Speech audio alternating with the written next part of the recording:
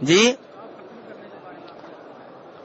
ہاں بھائی کہتے ہیں یہ آپ لکھ کے دے دیتے ویسے کہ اعتکاف ختم کرنے کے بارے میں نہیں بتایا، تو وہ میں نے بتایا تھا کہ جب عید کا چاند نظر آ جائے تو آپ اعتکاف سے باہر نکل سکتے ہیں۔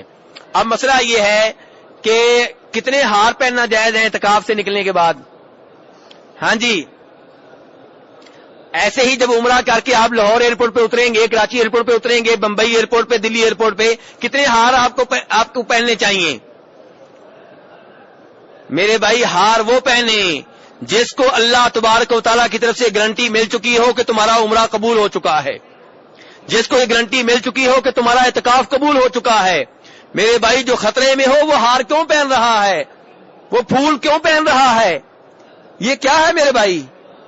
صحابہ کرام کے بارے میں تو یہ آتا ہے والذین یؤتون ما آتوا وقلوبهم وجلۃ انہم الی ربہم راجعون، فرمایا کہ وہ لوگ جو اللہ کی راہ میں دیتے ہیں، جو بھی دیتے ہیں، دے رہے ہوتے ہیں، دل کانپ رہے ہوتے ہیں۔ ام المومنین عائشہ رضی اللہ عنہا نے پوچھا اللہ کے رسول یہ کون لوگ ہیں جو اللہ کی راہ میں دیتے ہیں پھر بھی ڈرتے ہیں، دیتے ہیں پھر بھی دل کانپ رہے ہوتے ہیں؟ کیا یہ چور ہیں؟ کیا یہ ڈاکو ہیں؟ کیا یہ بدکار ہیں؟ فرمایا نہیں صدیق کی بیٹی، نہ یہ چور ہیں، نہ یہ ڈاکو ہیں، نہ یہ بدکار ہیں، لیکن مسئلہ یہ ہے کہ وہ اللہ کی راہ میں دے کے پریشان یہ ہوتے ہیں کہ پتہ نہیں اس شہنشاہ نے قبول کیا ہے کہ نہیں کیا۔ میرے بھائی عبادت مکمل ہونے کے بعد بھی اللہ سے معافیاں مانگے، یا اللہ جو کمی کوتاہی ہوئی ہے معاف کر دے، یا اللہ یہ ٹوٹی پھوٹی عبادت قبول کر لے۔ تو ہار کس بات کے میرے بھائی؟ آپ نے تو رونا ہے۔ نماز سے آپ فارغ ہوتے ہیں، کیا سکھایا گیا ہے؟ اللہ اکبر، استغفر اللہ استغفر اللہ استغفر اللہ۔ نماز پڑھی ہے اور فوراً معافی مانگی جا رہی ہے کہ یا اللہ معاف کر دے۔ کس چیز کی معافی ہے؟ حالانکہ عبادت کی ہے اس لیے کہ پتہ نہیں اللہ نے یہ عبادت قبول کی ہے کہ نہیں کی۔ کتنی مرتبہ ہم نماز میں ہوتے ہوئے نماز سے باہر نکل جاتے ہیں تو اللہ سے معافی مانگی جاتی ہے۔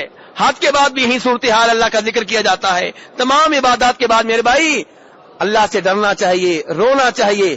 دیکھیے ابراہیم علیہ السلام، اسماعیل علیہ السلام دونوں کون ہیں؟